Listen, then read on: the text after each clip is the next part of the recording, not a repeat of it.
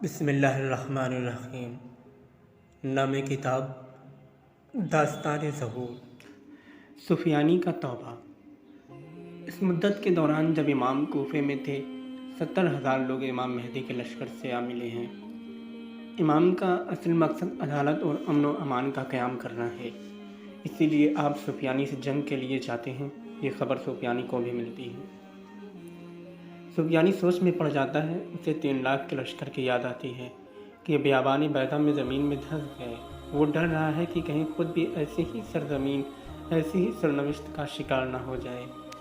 اب سفیانی توبہ کرنے اور اپنی جان بچانے کا فیصلہ کرتا ہے کہ امام اس کی توبہ کو قبول کر لیں گے۔ دیکھو جی، سفیانی اپنے لشکر سے جدا ہو کر تنہا امام کی خدمت میں آ رہا ہے۔ چونکہ وہ اکیلا آیا ہے، اس کے پاس اسلحہ نہیں ہے، اصحاب امام اسے ملنے کی اجازت دیتے ہیں۔ سفیانی امام کے پاس آ کر بات کرتا ہے، میں بے صبری سے انتظار کر رہا ہوں کہ دیکھوں کہ نتیجہ کیا ہوتا ہے، کہ امام اس کو قبول کر لیتے ہیں۔ کوئی بھی بھلا نہیں سکتا کہ سفیانی نے بہت زیادہ قتل و غارت کی ہے اور ہزاروں شیعوں کو شہید کیا ہے۔ کیا میں صحیح دیکھ رہا ہوں؟ یہ سفیانی امام کی بیعت کر رہا ہے۔ امام نے سفیانی کی توبہ کو قبول کر لیا ہے۔ میری جان آپ پر قربان، اے مہربان امام۔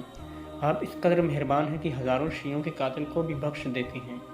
بس کیوں کچھ جھوٹے لوگوں کو آپ کی تلوار سے ڈراتے ہیں؟ کیوں میں ان جھوٹی باتوں کو قبول کرتا رہا ہوں؟ کیوں؟ اب سفیانی امام کی بیعت کرنے کے بعد اپنے لشکر کی طرف واپس آتا ہے۔